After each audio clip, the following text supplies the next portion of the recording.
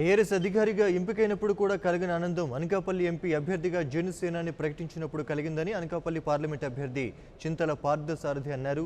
అనకాపల్లిలో గెలిచి జనసేన జెండా ఎగురవేస్తానని, తన విజయాన్ని పవన్కు కానుకగా ఇస్తానని చెప్పారు. పార్లమెంట్ అభ్యర్థిగా అవకాశం కల్పించిన పవన్కు జీవితాంతం రుణపడి ఉంటానని అంటున్న చింత పార్థసారథితో మా ప్రతినిధి Netaji face to face. 4 parliament స్థానాలకు 32 అసెంబ్లీ స్థానాలకు అభ్యర్థులను ప్రకటించారు. ప్రస్తుతం మనతో అనకాపల్లి ఎంపీ అభ్యర్థి చింతల పార్థసారథి గారు ఉన్నారు. ఆయన అడిగి మరిన్ని వివరాలు తెలుసుకుందాం.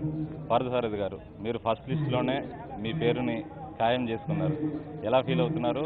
మీ పట్ల జన సైనికుల్లో ఎలాంటి అవగాహన ఉంది? జనసేన పార్టీ అనకాపల్లి పార్లమెంటరీ లోక్సభ అభ్యర్థిగా పవన్ కళ్యాణ్ గారు సెలెక్ట్ చేయడం అనేది చాలా ఆనందం అనిపించింది. అంటే నాకు 1987లో నేను సివిల్ సర్వీసెస్ ఐఆర్ఎస్ సెలెక్ట్ అయినప్పుడు కూడా ఇంత ఆనందంగా లేదు. ఎందుకంటే ఆ రోజున ఆల్ ఇండియాలో దాదాపు ఒక 4 లక్షల మంది ఎగ్జామ్ రాసే దాంట్లో సెలెక్ట్ అయ్యాము ఐఆర్ఎస్కి. ఆ రోజు లేనటువంటి ఆనందం కూడా ఇవాళ ఉంది. ఎందుకంటే పవన్ కళ్యాణ్ గారు తనకున్నటువంటి ఒక మహోన్నతమైనటువంటి సినిమా జీవితాన్ని వదిలిపెట్టుకొని ఈ సమాజంలో బడుగు బలహీన వర్గాల వారు ఎవరైతే ఉన్నారో, ఎవరైతే నిరాదరణకు గురి అవుతున్నారో, ఎవరైతే ఈ రాష్ట్రంలో ఒక మార్పు కోసం ఒక నూతన రాజకీయ వ్యవస్థను ఏర్పాటు చేయాలని చెప్పని ఒక ప్రగాఢ సంకల్పంతో వచ్చినటువంటి పవన్ కళ్యాణ్ గారి పార్టీలో నేను జాయిన్ అవటం, గత సంవత్సర కాలం నుంచి జనసేన పార్టీ రాష్ట్ర కన్వీనర్గా 13 జిల్లాల్లో క్యాడర్తో అనుసంధానం చేసుకుంటా, పార్టీ నిర్మాణం కోసం కష్టపడి పనిచేసుకుంటా 13 జిల్లాల్లో కూడా తిరిగాం. సో అలాంటి ఒక పార్టీలో మన సొంత పార్టీలాగా మనం అనుకుంటా ఉన్నప్పుడు ఫస్ట్ లిస్టులోనే అధ్యక్షుల వారు గుర్తించి మనకి అతి ముఖ్యమైనటువంటి విశాఖపట్నం రూరల్లో ఉన్నటువంటి అనకాపల్లి పార్లమెంటరీ నియోజకవర్గానికి లోక్సభ అభ్యర్థిగా నన్ను ప్రకటించడం చాలా ఆనందంగా ఫీల్ అవుతా ఉన్నాను. పవన్ కళ్యాణ్ గారికి ప్రత్యేకంగా కృతజ్ఞతలు తెలియజేసుకుంటా ఉన్నాం. అనకాపల్లిలో మీ గెలుపు అవకాశాలు ఎలా ఉన్నాయి? అనకాపల్లి పార్లమెంటరీ నియోజకవర్గంలో మనకి 7 అసెంబ్లీ స్థానాల్లో కూడాను చాలా గట్టి జన సైనికులు ఉన్నారు. అక్కడ ఉన్నటువంటి రాజకీయ పరిస్థితులు, అక్కడ ఉన్నటువంటి సామాజిక పరిస్థితులు, అక్కడ వెనకబడితనానికి గురైనటువంటి అనకాపల్లి ఆ ప్రాంతంలో ఒక విజన్ తోటి ఎవరైనా నాయకుడు అక్కడ ఆ ప్రాంతంలోకి వెళ్ళినట్లయితే అక్కడ ప్రజలు చాలా ఆదరిస్తారు. ఎందుకంటే మనకు విశాఖపట్నంలో ఉన్నటువంటి 2 జిల్లాలు, ఒకటి అర్బన్లో ఉన్నటువంటి విశాఖపట్నం జిల్లా అయితే అర్బన్లో మనం ఒక డెవలప్మెంట్ ఏదైనా చూపెడతాం కానివ్వండి, ఏదైనా సరే సాధ్యం కాని పరిస్థితి అక్కడ ఉన్నటువంటి ల్యాండ్ రేట్స్ వలన. అనకాపల్లి పార్లమెంటరీ నియోజకవర్గంలో ఉన్నటువంటి పాయకరావుపేట, యలమంచిలి, అనకాపల్లి ఈ 3 కూడాను సముద్ర తీరానికి దగ్గరలో ఉన్నటువంటి ప్రాంతాలు. సో అక్కడ ఇవాళ మనం పెందుర్తి నియోజకవర్గంలో తీసుకున్నట్లయితే చాలా అక్కడ పరిశ్రమలు వచ్చినాయి, కాలుష్యంతో కూడినటువంటి పరిశ్రమలు వచ్చినాయి. కాలుష్యాన్ని అక్కడ ఉన్నటువంటి లోకల్ ప్రజలకు మిగిల్చి ఉద్యోగాలు అన్నాయి అక్కడ లోకల్గా రాలేని పరిస్థితి ఉంది. ఒక్క అనకాపల్లి పార్లమెంటరీ నియోజకవర్గంలోనే దాదాపు 2 లక్షల మంది పొట్ట చేత పెట్టుకుని బయటికి వెళ్ళేటువంటి పరిస్థితి వాళ్ళ అనకాపల్లిలో ఉంది. అలాంటి ప్రాంతంలో మనం జనసేన పార్టీ తరఫు నుంచి చాలా గట్టిగా పనిచేసి అక్కడ ఉన్నటువంటి ప్రజలకి ఎవరైతే అక్కడ ఉన్నారో, నాకు అనకాపల్లి ప్రాంతంతో చాలా అనుబంధం ఉంది. నేను అక్కడ ఆంధ్ర యూనివర్సిటీలో చదువుకున్నాను. తర్వాత ఐఆర్ఎస్ సెలెక్ట్ అయిన తర్వాత నేను అక్కడే పనిచేశాను. దాదాపు 6 ఇయర్స్ పనిచేశాను. విశాఖపట్నంలో నా అనుబంధం 15 సంవత్సరాలు ఉంది.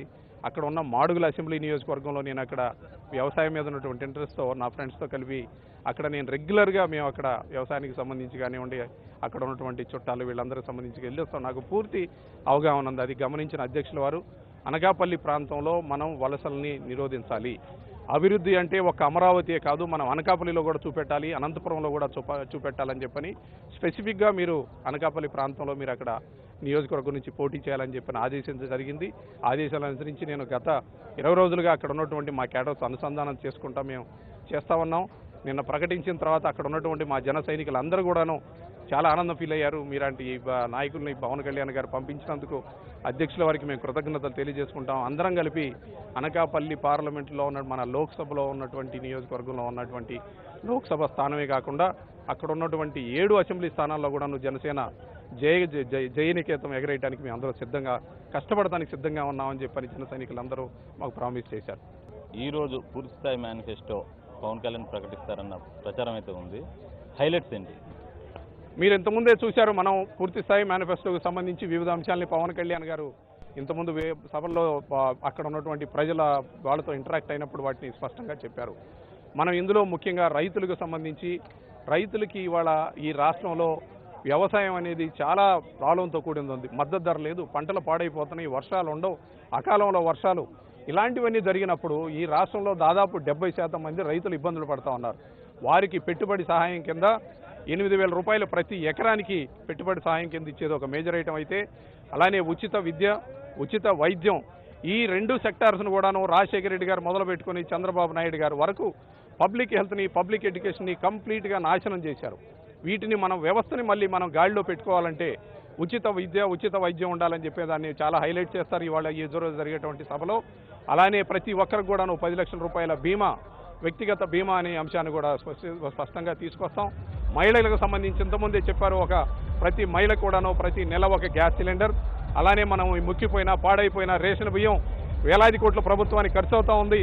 కానీ దానికి సంబంధించి ప్రజల్లో ఎలాంటి దాన్ని స్వీకరించే పరిస్థితులు లేరు. అందుకోసం అని చెప్పని ప్రతి మహిళ అకౌంట్లకు డైరెక్ట్ బెనిఫిట్ ట్రాన్స్ఫర్ లాగా 2,500 నుంచి 3,500 రూపాయల వరకు డైరెక్ట్గా బెనిఫిట్ చేసేటువంటి వాటిని తీసుకొస్తాం. ఈ వివిధ అంశాల మీద, ఇలా సామాజిక అంశాల మీద కూడా ఇవాళ చాలా స్పష్టంగా మాట్లాడతారు. ఇవాళ రాజమండ్రిలో ఇక్కడ జరిగే ఈ ఆర్ట్స్ కాలేజీ మైదానం నుంచే జనసేనాని ఎన్నికల శంకారం పూరిస్తారు. ప్రజలకి మా ప్రణాళికలు చెప్తాం, మేము ప్రజల్లో ఏ విధమైన మార్పుతో కూడిన రాజకీయం చేస్తామో చెప్తాం, ప్రజలకి అమలు అవకాశం ఉన్నటువంటి హామీల్ని మేము అందిస్తామని చెప్పని కూడా స్పష్టంగా ఈ స్టేజ్ నుంచి పవన్ కళ్యాణ్ గారు చెప్తారు. ఓకే అండి, థ్యాంక్ యూ. మొత్తంగా అనకాపల్లి పార్లమెంటు నియోజకవర్గం నుంచి జనసేన పార్టీ తరఫున జెండా ఎగరవేస్తాను, నాకు విజయావకాశాలు మెండుగా ఉన్నాయని చింతల పార్థసారథి గారు అంటున్నారు. అలానే రాజమండ్రి సభా వేదికగా జనసేన అధినేత పవన్ కళ్యాణ్ పూర్తిస్థాయి మేనిఫెస్టోను ప్రకటించబోతున్నారు. అది ప్రజల మన్ననలు పొందే విధంగా ఉండబోతుంది అన్నట్టుగా ఆయన చెప్తున్నారు. కెమెరామెన్ డి రాజేష్తో నేతాజీ కొడేర్, 99 టీవీ, రాజమండ్రి నుంచి. For more updates, please subscribe 99 TV Telugu.